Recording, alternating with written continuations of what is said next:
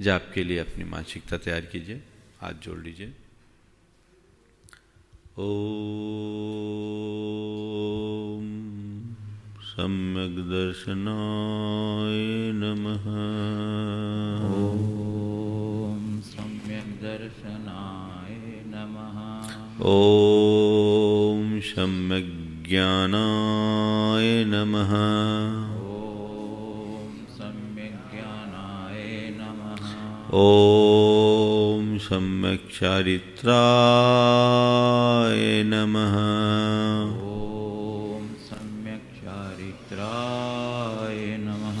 ओम ह्रीं जगच्छान्तिकराय श्री शांतिनाथाय नमः। सर्वपद शांतिं कुरु कुरु स्वाहा। ओम ह्रीं जग शांति कराय श्री शांतिनाथाय नमः। सर्व शांतिं कुरु कुरु स्वाहा। ओम ह्रीं जगच्छान्तिकराय श्री शांतिनाथाय नमः। सर्वपद शांतिं कुरु कुरु स्वाहा। ओम ह्रीं जग शांति कराय श्री शांतिनाथाय नमः। सर्वपद शांतिं कुरु कुरु स्वाहा। ओम ह्रीं जगच्छान्तिकराय श्री शांतिनाथाय नमः। सर्वपद शांतिं कुरु कुरु स्वाहा। ओम ह्रीं जग शांति कराय श्री शांतिनाथाय नमः। सर्वोपद्रव शांतिं कुरु कुरु स्वाहा। ओम ह्रीं जगच्छान्तिकराय श्री शांतिनाथाय नमः। सर्वपद शांतिं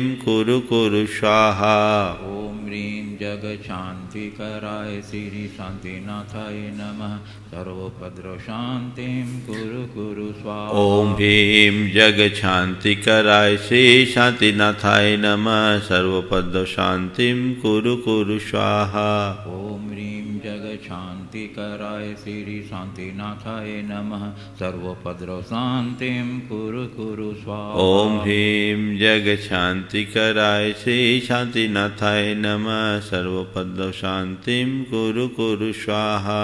ओम ह्रीं जग शांति कराय श्री शांतिनाथाय नमः। सर्वोपद्रव शांतिं कुरु कुरु स्वाहा। ओम ह्रीं जगच्छान्तिकराय श्री शांतिनाथाय नमः। सर्वपद शांतिं कुरु कुरु स्वाहा। ओम ह्रीं जग शांति कराय श्री शांतिनाथाय नमः।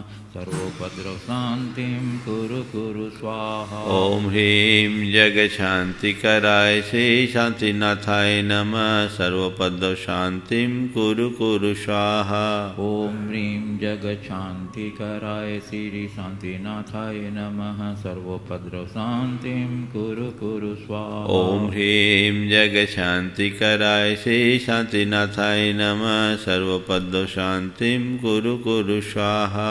ओम ह्रीं जग शांति कराय श्री शांतिनाथाय नमः। सर्वोपद्रव शांतिं कुरु कुरु स्वाहा। ओम ह्रीं जगच्छान्तिकराय श्री शांतिनाथाय नमः। सर्वपद शांतिं कुरु कुरु स्वाहा। ओम ह्रीं जग शांति कराय श्री शांतिनाथाय नमः। सर्वोपद्रव शांतिं कुरु कुरु स्वाहा। ओम ह्रीं जगच्छान्तिकराय श्री शांतिनाथाय नमः। सर्वपद शांतिं कुरु कुरु स्वाहा। ओम ह्रीं जग शांति कराय श्री शांतिनाथाय नमः। सर्वोपद्रव शांतिं कुरु कुरु स्वाहा। ओम ह्रीं जगच्छान्तिकराय श्री शांतिनाथाय नमः। सर्वपद शांतिं कुरु कुरु स्वाहा।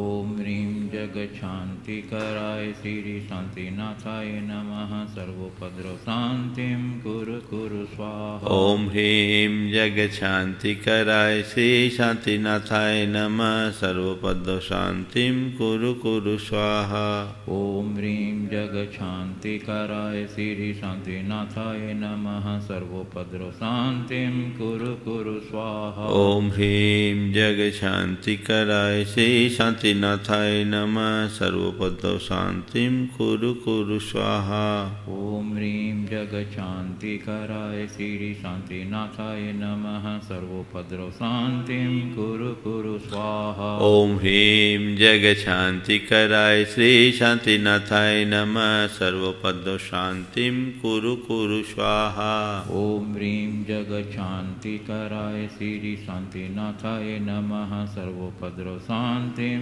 कुरु कुरु स्वाहा। ओम ह्रीं जग शांतिकराय श्री शांतिनाथाय नमः सर्वोपद्रव शांतिं कुरु कुरु स्वाहा। ओम ह्रीं जग शान्तिकराय श्री शान्तिनाथाय नमः सर्वोपद्रव शान्तिं कुरु कुरु स्वाहा। ओम ह्रीं जग शांतिकराय श्री शांतिनाथाय नमः सर्वोपद्रव शांतिं कुरु कुरु स्वाहा। ओम ह्रीं जग शान्तिकराय श्री शान्तिनाथाय नमः सर्वोपद्रव शान्तिं कुरु कुरु स्वाहा। ओम ह्रीं जग शांतिकराय श्री शांतिनाथाय नमः सर्वोपद्रव शांतिं कुरु कुरु स्वाहा। ओम ह्रीं जग शान्तिकराय श्री शान्तिनाथाय नमः सर्वोपद्रव शान्तिं कुरु कुरु स्वाहा। ओम ह्रीं जग शांतिकराय श्री शांतिनाथाय नमः सर्वोपद्रव शांतिं कुरु कुरु स्वाहा।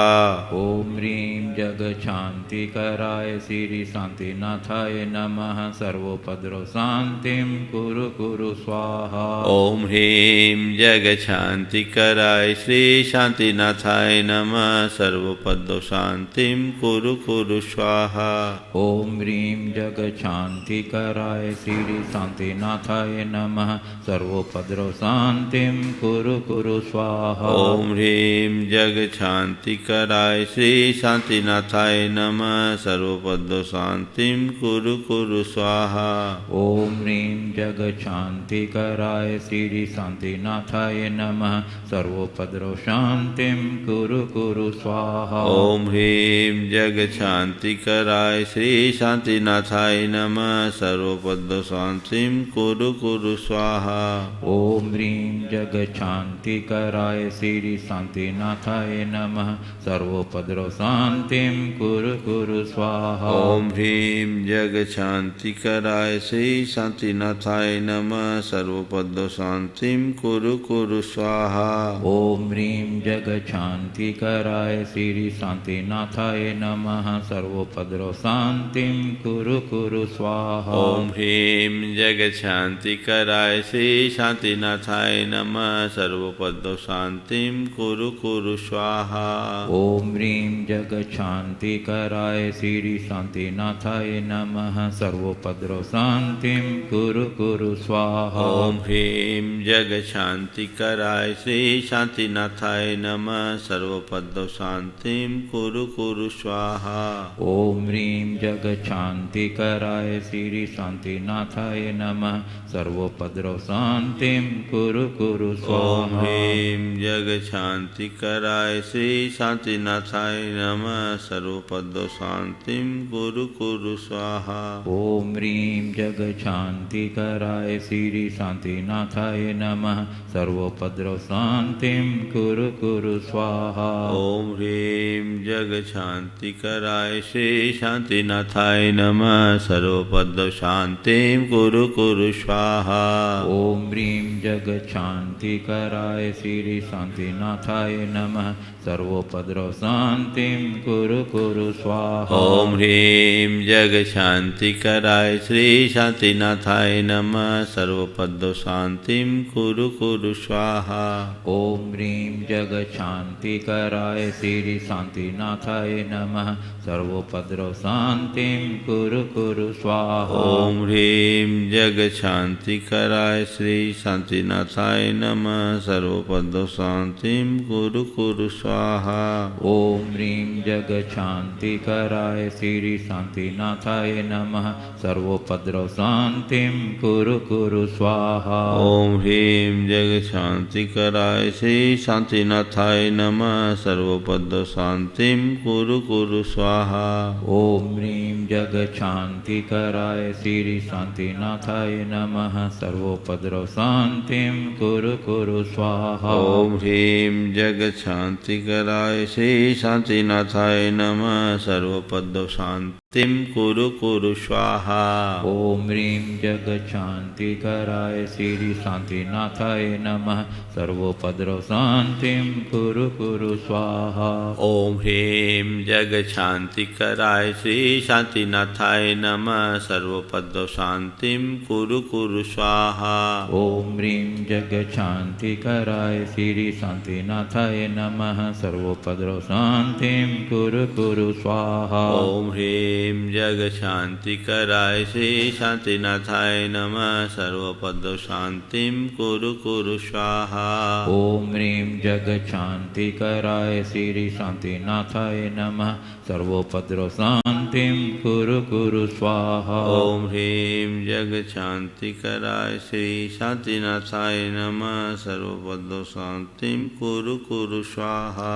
ओम ह्रीं जगच्छान्तिकराय श्री शांतिनाथाय नमः सर्वोपद्रव शांतिं कुरु कुरु स्वाहा। ओम ह्रीं जग शांतिकराय श्री शांतिनाथाय नमः सर्वोपद्रव शांतिं कुरु कुरु स्वाहा।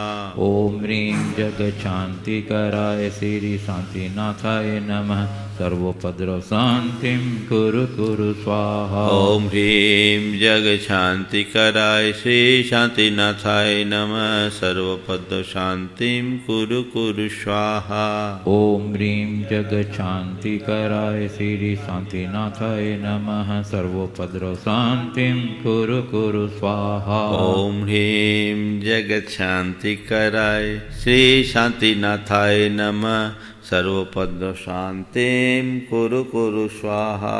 ओम ह्रीं जगच्छान्तिकराय श्री शांतिनाथाय नमः सर्वोपद्रव शांतिं कुरु कुरु स्वाहा। ओम सम्यक् दर्शनाय नमः। ओम सम्यक् दर्शनाय नमः। ओम सम्यक् ज्ञानाय नमः। ओम सम्यक् ज्ञानाय नमः। ओम सम्यक् चारित्राय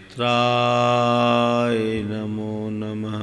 ओम सम्यक् चारित्राय नमो नमः। जय बोलो शांतिनाथ भगवान की जय जय जय। परम पूज्य आचार्य गुरु श्री विद्यासागर जी महाराज की। दोनों हाथ जोड़ ले और महामंत्र के स्मरण के लिए मानस तैयार करें।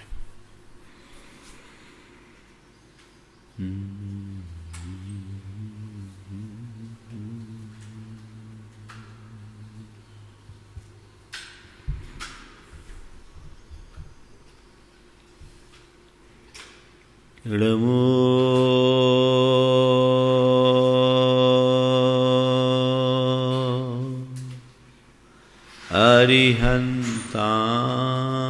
अरिहन्ताणं। नमो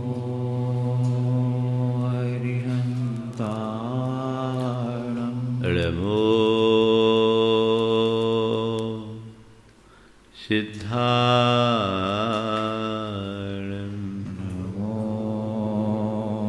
सिद्धाणं। नमो आयर्याणं। नमो आयर्याणं। नमो उवज्झायाणं। नमो वज्झायाणं। नमो लोये सवशाहुनं।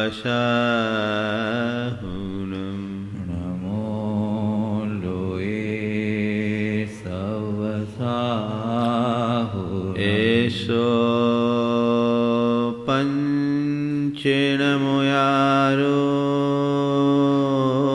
एषो पञ्चनमो यारो। सर्वपावपणाशिनो।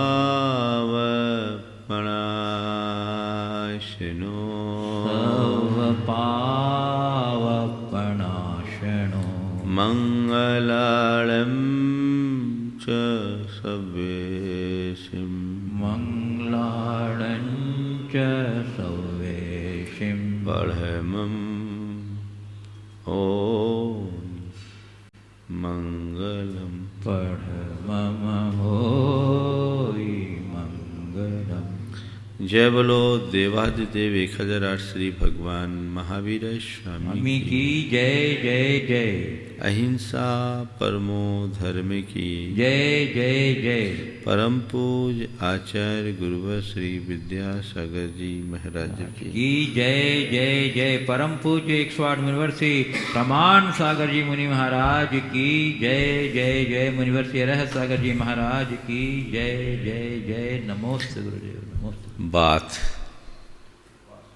धर्मोपासना की चल रही है। आध्यात्मिकता से ओतप्रोत होकर धर्म की उपासना करने वाले व्यक्ति की वासना शांत होती है, बल्कि यूं कहूं कि उपासना से ही वासना शांत होती है तो भी कोई अन्योक्ति नहीं है। अपने मन के कुसंस्कारों को विनष्ट करने में धर्मोपासना का सबसे महत्वपूर्ण स्थान है।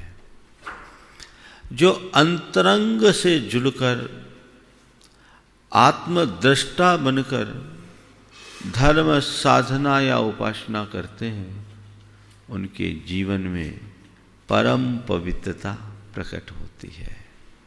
हमारे यहाँ उपासना को पूजा भी कहा जाता है। पूजा का मतलब ही होता है पवित्र होना, अपने भीतर पवित्रता प्रकट करना। पूजा के पू शब्द को हम आज सामने रखकर अपनी बात को प्रारंभ कर रहे हैं। यद्यपि पूजा शब्द पूज धातु से बना है, पर मैं पूजा को पू से जोड़कर कुछ नई निष्पत्तियां आज आप सबके सामने देना चाह रहा हूं। पू का अर्थ होता है पवित्र होना, पू का अर्थ होता है उपाय ढूंढना, पू का अर्थ होता है फटकना, पू का अर्थ होता है मांझना, और भी अनेक अर्थ होते हैं। जब हम भगवान की पूजा कर रहे हैं तो एक क्या कर रहे हैं? पवित्र कर रहे हैं। किसको पवित्र होना है? भगवान को या हमें स्वयं को? भगवान तो परम पवित्र हैं। पवित्रता तो हमें अपने भीतर घटित करनी है, और भगवान की पूजा से निस्संदेह वह पवित्रता प्रकट होती है। कब? जब हमारी भावधारा बदलती है तब। मनुष्य की भावधारा परिवर्तित होते ही उसके अंदर एक सकारात्मकता घटित होना शुरू हो जाती है।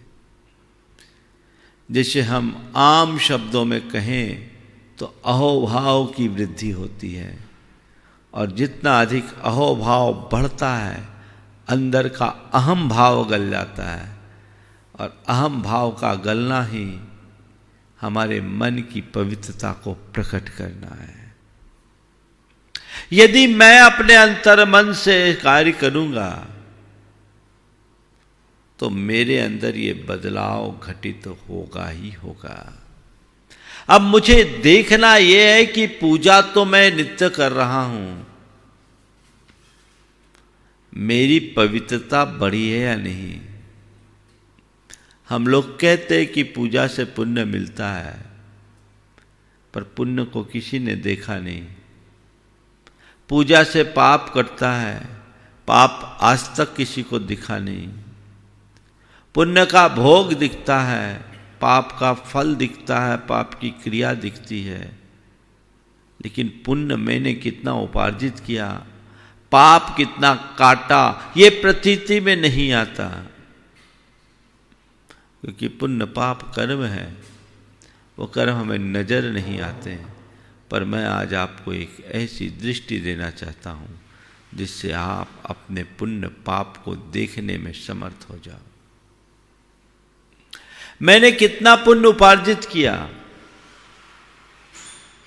मैंने कितना पाप काटा, इसकी एक कसौटी है। पुण्य का मतलब होता है पवित्रता। मेरे भावों में जितनी पवित्रता बढ़ी, समझ लेना उतना पुण्योपार्जन मेरे द्वारा हुआ है। अंदर का अहोभाव पुण्य बंध की अभिव्यक्ति का परिणाम है। और मेरे अंदर की कलुषता जितनी कम हुई, अहम भाव जितना गला, समझ लेना उतना पाप कटा। हमें देखना है कि मैं इस दिशा में कितना आगे बढ़ा। यदि मैं अपने उस अहोभाव की अभिवृद्धि उत्तरोत्तर करता हूं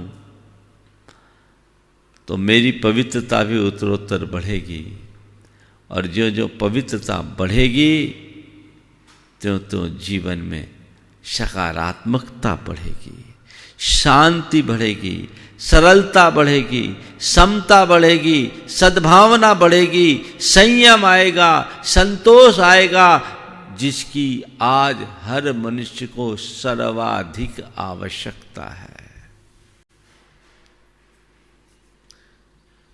इनकी आवश्यकता है कि नहीं? आज लोगों की आस्था संकट में पड़ गई। संकट में इसलिए पड़ी कि कोविड-19 के चक्कर में सबके पूजा स्थल बंद हो गए। लोगों का कहना है कि अब भगवान भी हमारे से दूर हो गए। विपत्ति में भगवान ने भी साथ नहीं दिया। आप कह सकते हो ना? मंदिर बंद हो गए, अब हमारा क्या होगा? संत कहते हैं थोड़ा समझने की कोशिश करो। इस घड़ी में भगवान साथ नहीं दे रहे हैं, ये बात गौण है। सच्चे अर्थों में भगवान ने जो मार्ग बताया वो इस बात का प्रमाण है कि अभी हमें भगवान की भी आवश्यकता नहीं है। भगवान ने हमें क्या बताया? भगवान से हमने क्या सीखा? भगवान की पूजा अर्चा आराधना करके हम क्या सीखते हैं? जीवन में जो कुछ भी शुभ अशुभ कर्म का उदय आए उससे समभाव से सहो। भगवान की पूजा करते करते हमने ये पाठ पढ़ा, ये सीखा। अब उसे उतारो। स्कूल में जब कोई विद्यार्थी पढ़ाई करता है तो उसका शिक्षक हर समय उसके साथ रहता है कि नहीं रहता है? कहीं अटक जाए तो तुरंत आके खड़ा हो जाता है, उसे पाठ पढ़ाता है। लेकिन जिस समय परीक्षा होती है तो एग्जामिनेशन हॉल में क्या शिक्षक साथ रहता है? अरे कठिन पेपर आ गए तो क्या शिक्षक आकर के तुम्हारा पेपर सॉल्व करता है? बेटा कितना ही कठिन पेपर है, तूने पढ़ाई की है, लिख, भरोसा कर, मुझसे पढ़ा है। और होशियार विद्यार्थी उस घड़ी में सब कुछ लिख देता है ना? तो मैं आप लोगों से कह रहा हूं, ये घड़ी जीवन भर जो पढ़ा है उसकी परीक्षा की घड़ी है। अभी भगवान सामने आने वाले नहीं है। पर तुमने अगर सच्चा पाठ पढ़ा है तो घबराने की जरूरत नहीं। परीक्षा दीजिए। शुभाशुभ, इष्टानिष्ट, संयोग वियोग में स्थिरता रखना और जीवन में आने वाली बड़ी सी बड़ी चुनौतियों का, संकटों का दृढ़तापूर्वक समता से सामना करना, यही तो धर्म का मूल पाठ है। जिसे हमने भगवान से सीखा। तो अरे भैया मंदिर बंद हो गए, मंदिर बंद होने से कोई फर्क नहीं पड़ता। हमारी आस्था खुली रहनी चाहिए, आस्था भरा हृदय खुला रहना चाहिए। यदि वो खुला है तो फिर क्या चिंता। भगवान तो हमारे लिए एक प्रेरणा मात्र है। वो प्रेरणा पाकर के जीवन बदल जाए तो सब कुछ बदल सकता है। तो ये घड़ी ऐसी ही घड़ी है, और ऐसी घड़ी में व्यक्ति को अपनी परीक्षा में खरे उतरने की जरूरत है। भगवान ने आज तक कभी ये नहीं कहा कि मैं तेरे संकटों का निवारण कर दूंगा। भगवान ने तो हमें यही बताया कि देख, जीवन में आगत संकटों को चुपचाप सहना पड़ता है। तू जितना सहेगा संकट उतनी जल्दी टलेंगे, और तू जितना संकटों से विचलित होगा संकट तुझ पर उतने हावी होंगे। ये मेरे जीवन का अनुभव है, भगवान ने बताया। मैंने भी इस भगवत्ता को पाने से पूर्व भव भव में अनेक संकट पाए हैं, भोगे हैं। जब जब मैं संकटों से विचलित हुआ, मेरे संकट और बढ़े हैं। और जब मैंने धीरज, दृढ़ता और समता से संकटों का सामना शुरू किया, संकट हमेशा हमेशा के दूर हो गए। बस जीवन का ये बड़ा मंत्र है, तो उसे सीख। भगवान की पूजा का सच्चा उद्देश्य यही है, बंदे तद्गुण लब्ध है। पूजा करते समय हम करते क्या है? भगवान के साथ हमारा एक संवाद स्थापित होता है, एक डायलॉग होता है, जहां हम अपने भगवान या अपने इष्ट आराध्य के गुणों की चर्चा करते हुए उनके समक्ष अपने हृदय के उद्गार प्रकट करते हैं। और उस हृदय उद्गार में हमारे अंदर शुभ प्रेरणाएं और शुभ संकल्प जगते हैं। वही प्रेरणा, वही संकल्प हमें स्थिरता प्रदान करते हैं, इन परिस्थितियों का सामना करने की सामर्थ्य देते हैं। तो जो भगवान से हमें मिल सकता है वो हमें खोजना है। तो पूजा में पू कहता है, पवित्र बनो, अपने अहम भाव को हटाओ, अहो भाव को बढ़ाओ। दूसरा अर्थ है उपाय ढूंढना। भगवान की पूजा करके उपाय ढूंढो, भगवान के रोना से कैसे बचे, बोलो। तो भगवान कहेंगे एक ही उपाय है, संयम रखो, चैन तोड़ो, घर के भीतर रहो, मास्क लगाओ, एक दूरी बना के रखो। पर इन उपायों को करने के लिए मन राजी नहीं होता, तो भोगना पड़ता है। उपाय ढूंढना, किसका उपाय ढूंढना? मेरी दुकान चल जाए इसका उपाय, मेरा धंधा चल जाए इसका उपाय, मेरी बीमारी दूर हो जाए इसका उपाय, मेरी दुनिया के संकट टल जाए इसका उपाय। कहते हैं इन उपायों को आप भगवान के पास नहीं ढूंढ सकते। भगवान ने कहा मेरे पास आना है तो इसके लिए आने की कोई आवश्यकता नहीं, ये तो तू खुद सक्षम है, इसका उपाय तो तू खुद कर सकता है। मेरे पास अगर उपाय ढूंढना है तो एक ही बात है जो तू ढूंढ सकता है कि इन सब स्थितियों में अपनी स्थिरता कैसे रखूं, इन सब परिस्थितियों में अपनी स्थिरता कैसे रखूं, अपने मन पर संयम कैसे लगाऊं, अपने आप पर नियंत्रण कैसे रख सकूं, अपनी भावनाओं पर काबू कैसे करूं। ये उपाय भगवान की पूजा से हम कर सकते हैं। जो पूजा के क्षणों की, उपासना की क्षणों की प्रेरणा से हम सबको प्राप्त होती है, वो ढूंढना चाहिए। लेकिन मनुष्य की एक बड़ी दुर्बलता है, भगवान के पास आकर के भी वो नहीं खोजता जो वहां मिलता है, वो चीजें खोजना शुरू करता है जो बाजार में मिलती है, जो दुनिया में मिलती है। संत कहते हैं प्रभु के पास आओ तो केवल वो खोजो जो केवल प्रभु के पास है, उधर मत जाओ जो दुनिया में है। ये दृष्टि अपने भीतर विकसित करनी चाहिए।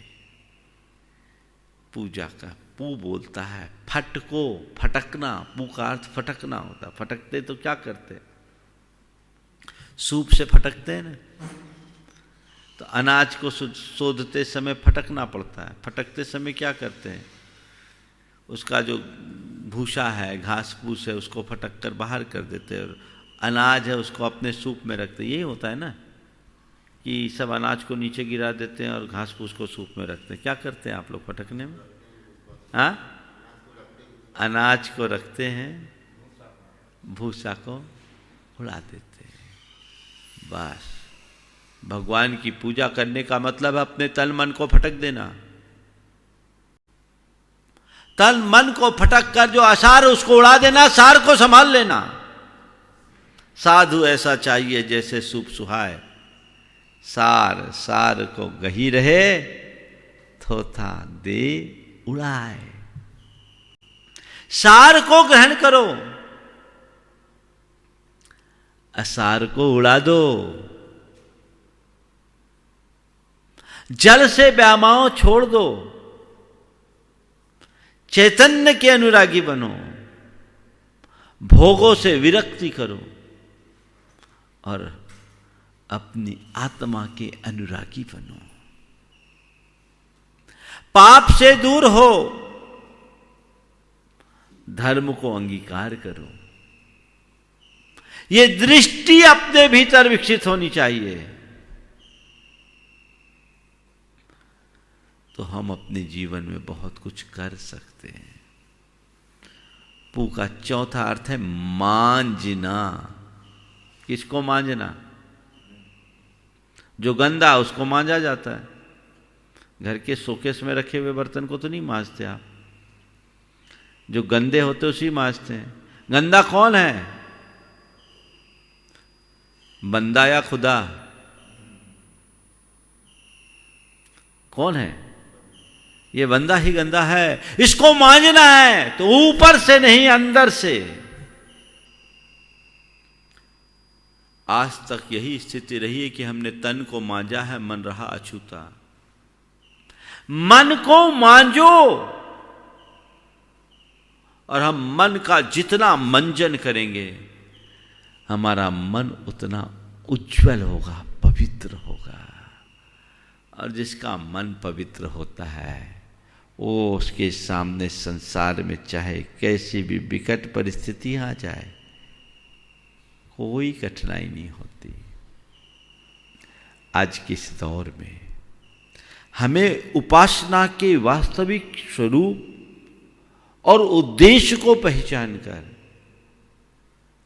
अपनी उपासना की प्रक्रिया में बदलाव लाने की जरूरत है। लोग क्रियारूढ़ हो जाते हैं। ध्यान रखना, धर्माचरण का मतलब क्रिया में रूढ़ होना नहीं है, अपितु अपने जीवन में बदलाव लाना है। आज बहुत सारे लोग हैं ऐसे समय में भी जब लोगों को मंदिर आने आदि के लिए मनाही की जा रही है तो अब एक झलक ही दिख जाए, तुम भगवान को देखने जा रहे हो या दिखाने जा रहे हो भगवान जाने। वो झलक देखकर क्या होगा? आंखें बंद करो, अपने भीतर की झलक देख लो।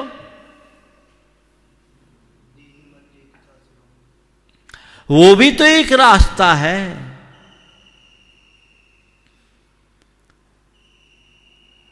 भगवान ने हमें धर्म का पाठ पढ़ाते समय कहा कि अहिंसा, संयम और तप धर्म है, तो क्या इस संयम को मैं अपना धर्म नहीं बना सकता?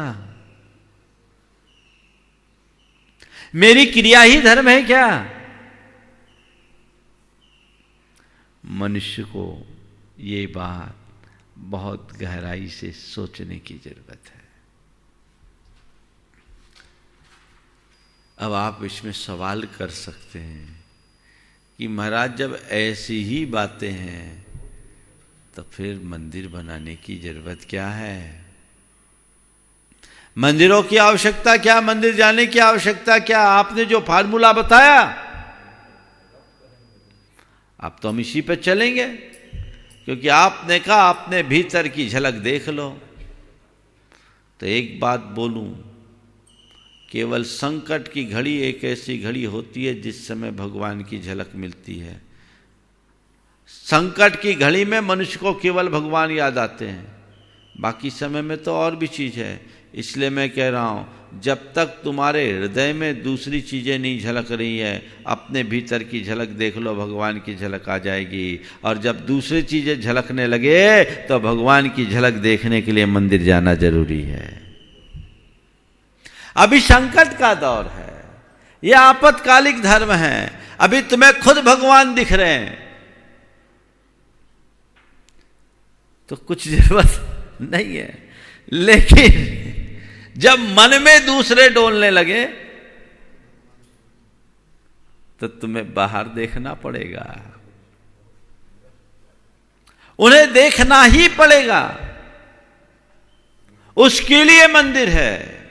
और ध्यान रखना, ये मंदिर भगवान के प्रति प्रकट हुए परम प्रेम की अभिव्यक्ति का प्रतीक है। एक बार एक परिवार आया, परिवार के लोगों ने शिकायत की, महाराज बेटा है मंदिर नहीं जाता, इसको बोलो मंदिर जाए। मैं उसकी तरफ देखा तो उसने कहा, महाराज भगवान तो मेरे दिल में है, मंदिर क्यों जाऊं? बहुतों का उत्तर होता है ऐसा, भगवान तो मेरे दिल में है, मैं मंदिर क्यों जाऊं? मैंने कहा ठीक है, तेरे दिल में तो तेरी गर्लफ्रेंड भी होगी, फिर उससे मिलने पार्क में क्यों जाता है?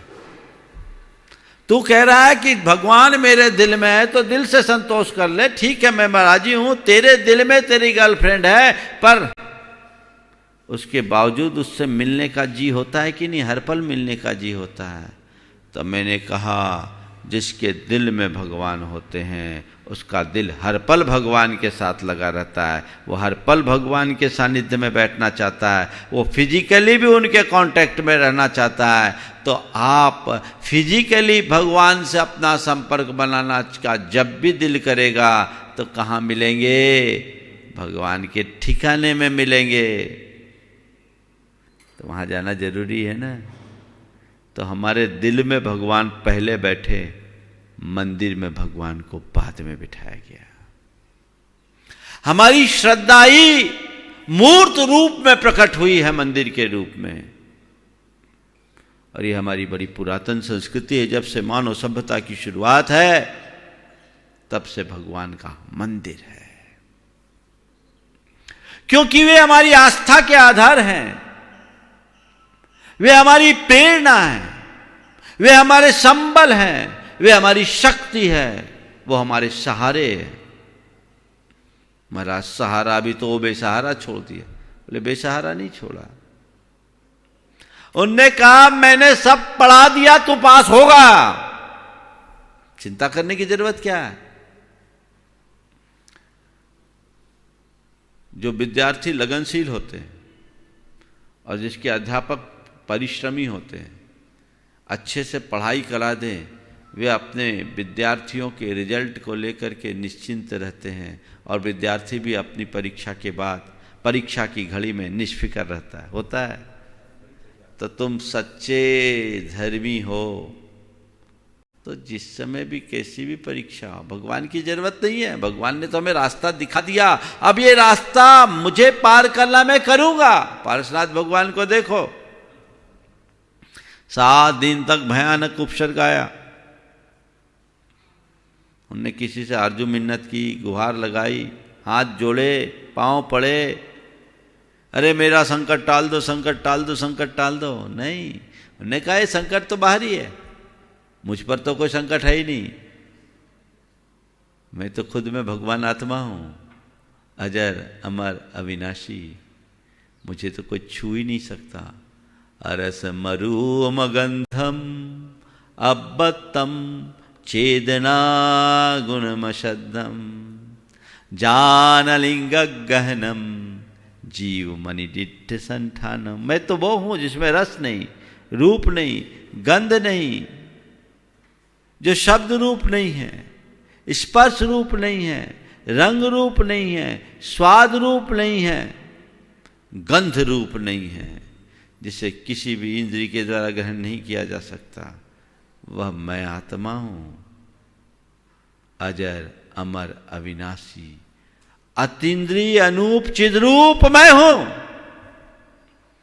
ये हो रहा है, इस काया पे हो रहा है, ये मेरा नहीं है, ये तो जड़ है, होने दो, जानो और देखो।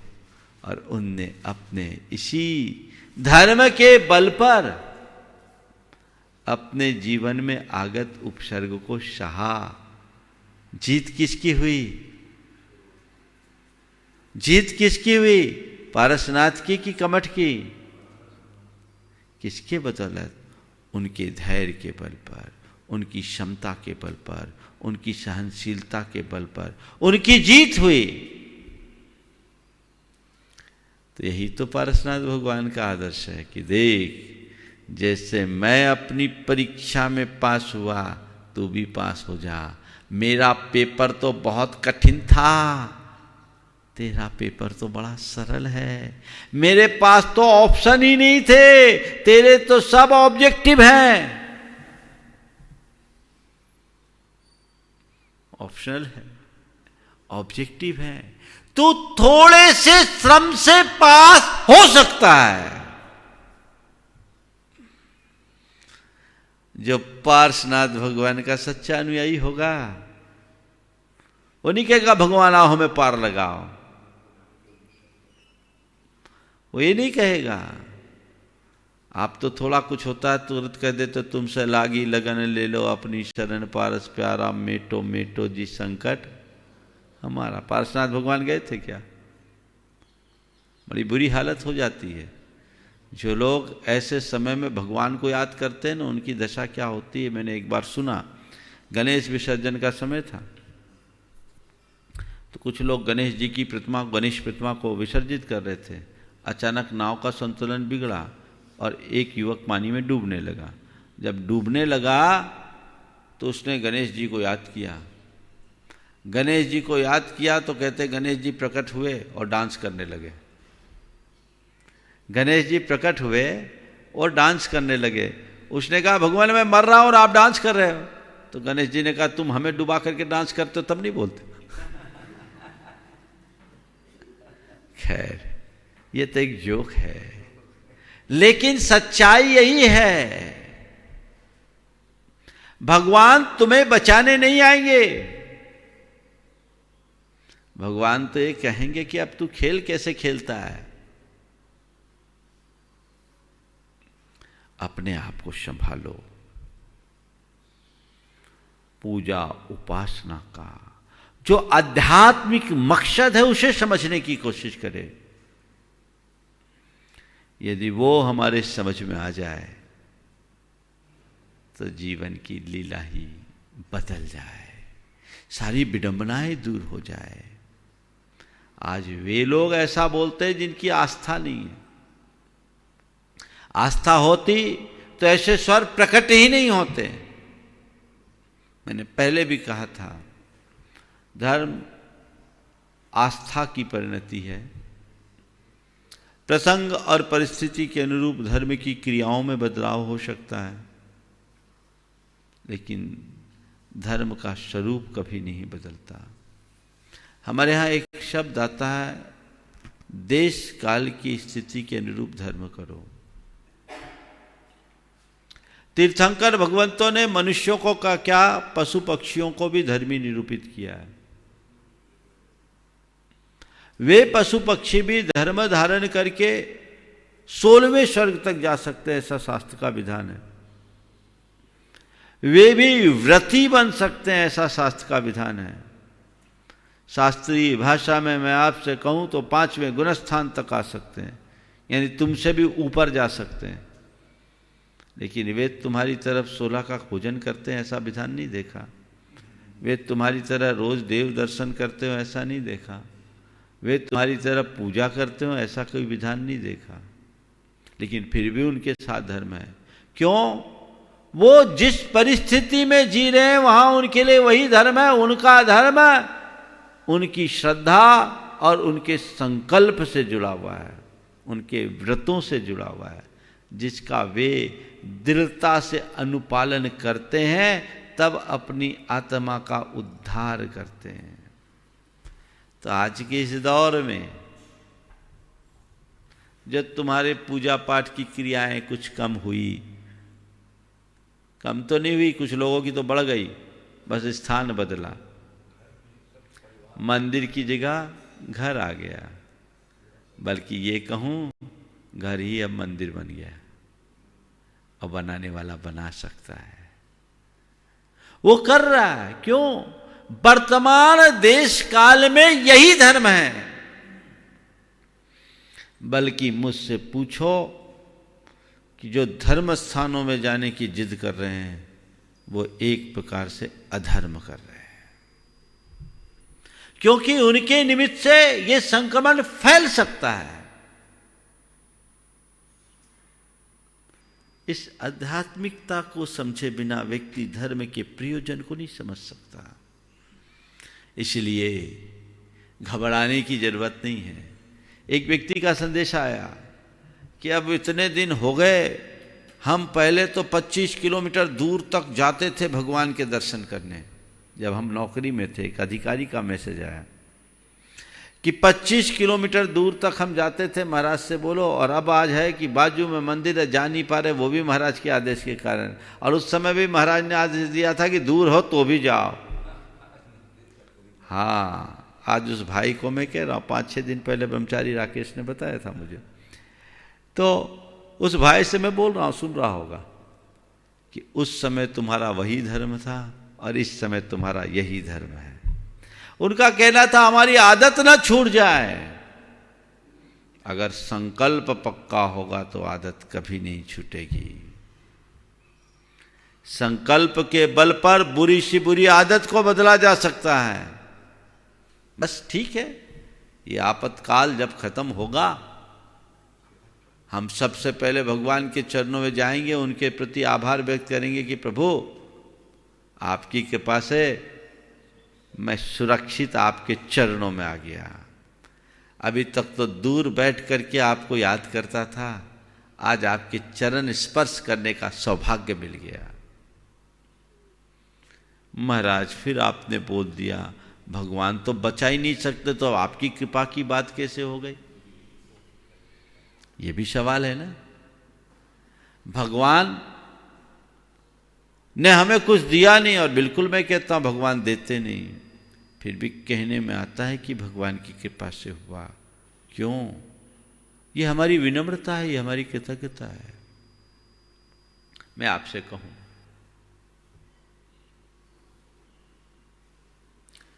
एक व्यक्ति जो बड़े जोहरी का बेटा,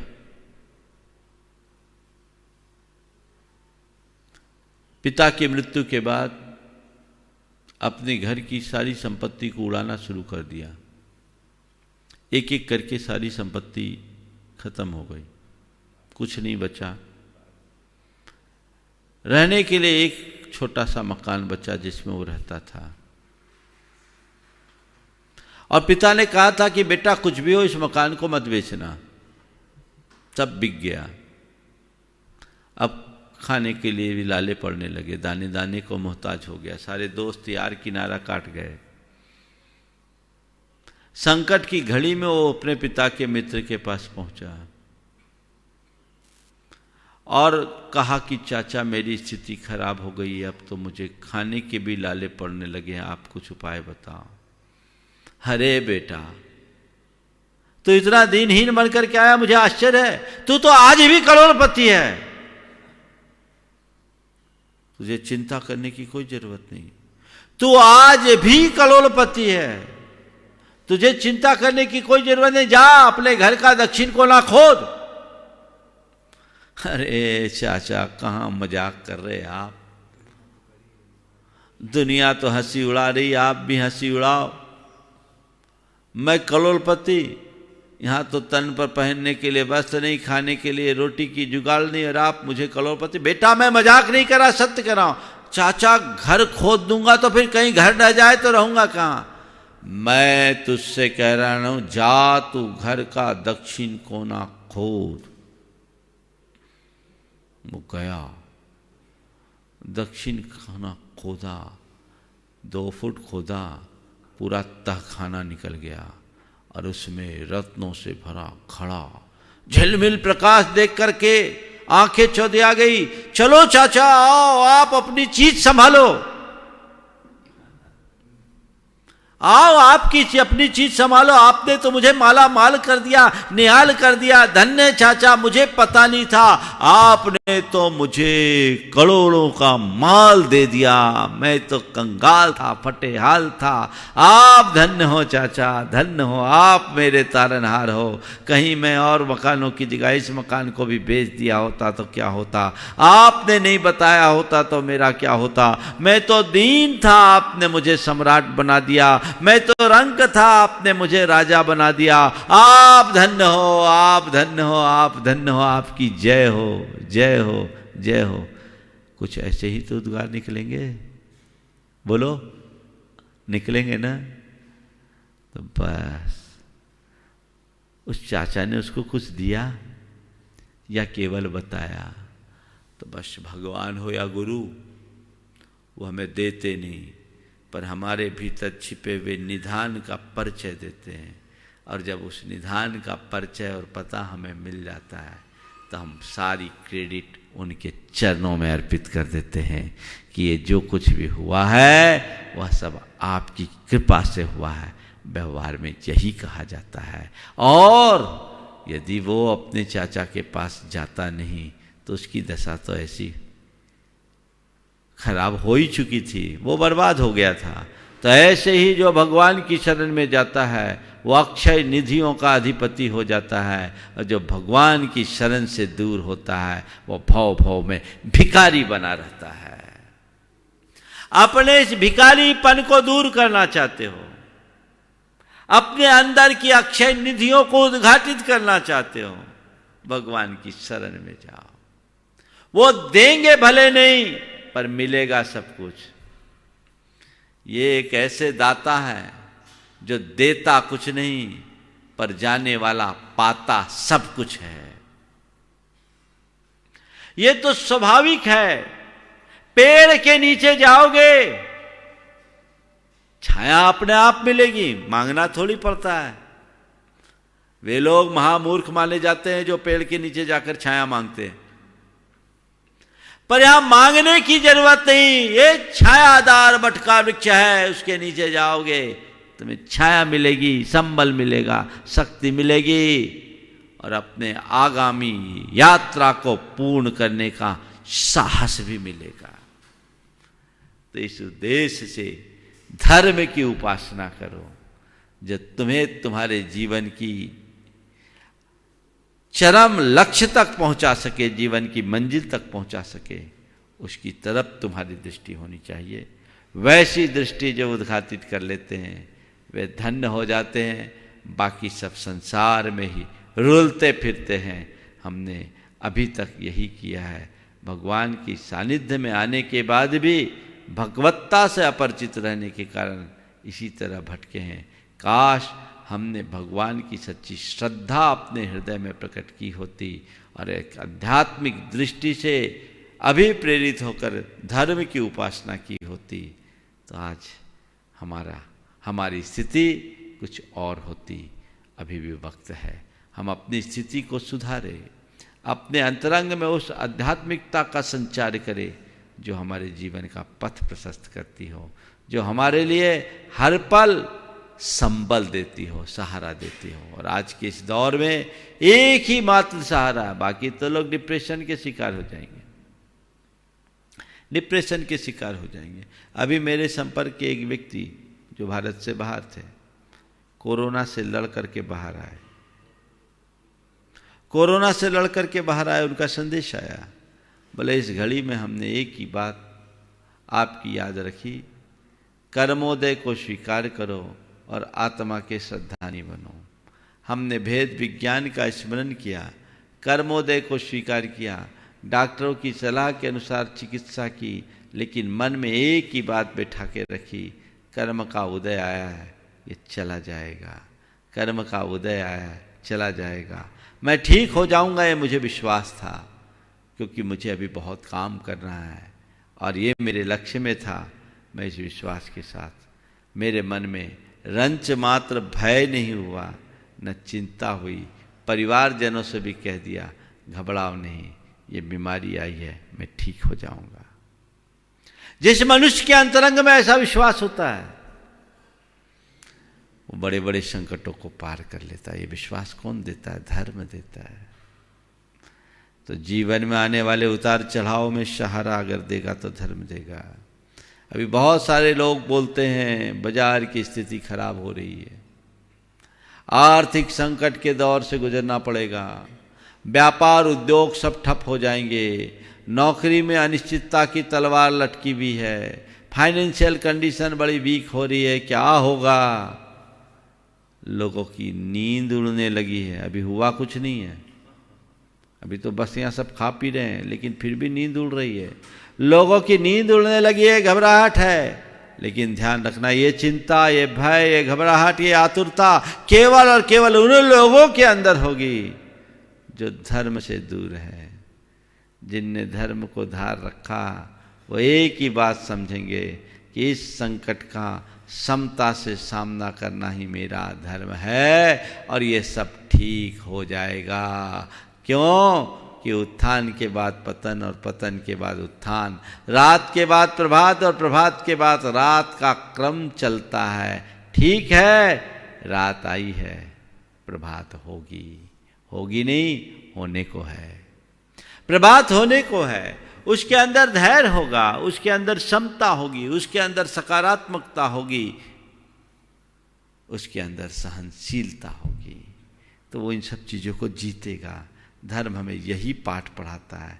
तो हम उस धर्म के मूल स्वरूप को समझें, उसके अनुरूप धर्मोपासना करते जाएं, जो हमारे जीवन में एक नई प्रेरणा दे, एक नई उमंग जगाए। नकारात्मक सोचने से कुछ नहीं होगा।